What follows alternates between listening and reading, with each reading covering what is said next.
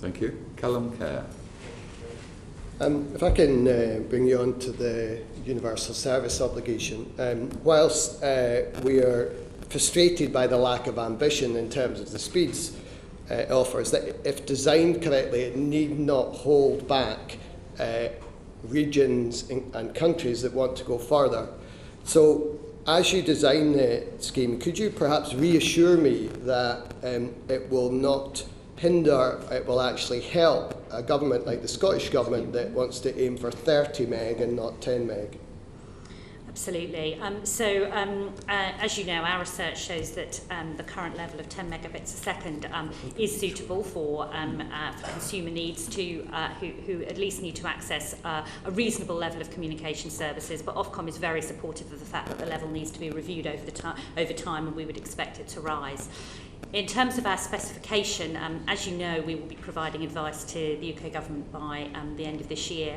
We will absolutely look at both the nature of that specification, what 10 megabits could mean in different contexts, but also how we would future-proof that specification so that it's able to deliver faster speeds under a USO if required to in the future. Well, I think there are mechanisms, for example, voucher schemes, of which BDUK already have some experience, that could provide foundational funding that allow 30 meg to be the target rather than settling for 10 meg. So I hope that will be something that will be made possible. You talk about a review period for speed. How often do you think the speed should be reviewed?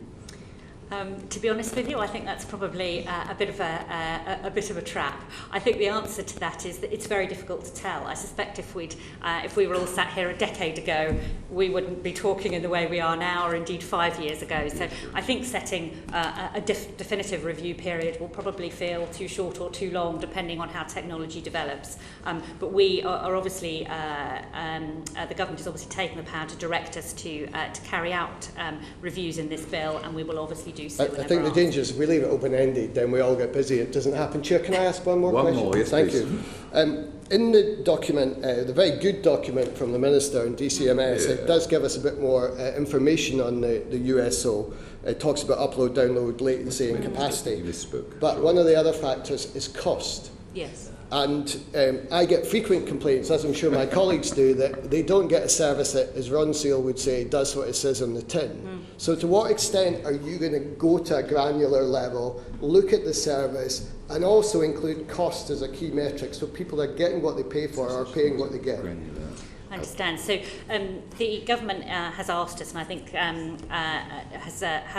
has made public again the letter that has been given to Ofcom, and has specifically asked us to look at the cost of different technological solutions, and that will clearly give a range of factors to weigh up when the government decides how then to implement the USO.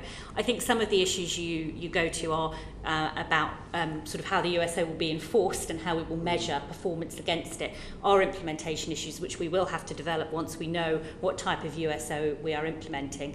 It might be worth saying, though, to the extent that we designate a universal service provider either in one or in several areas, we would have the ability to enforce if they don't meet the commitments they've signed up to and to provide appropriate remedy.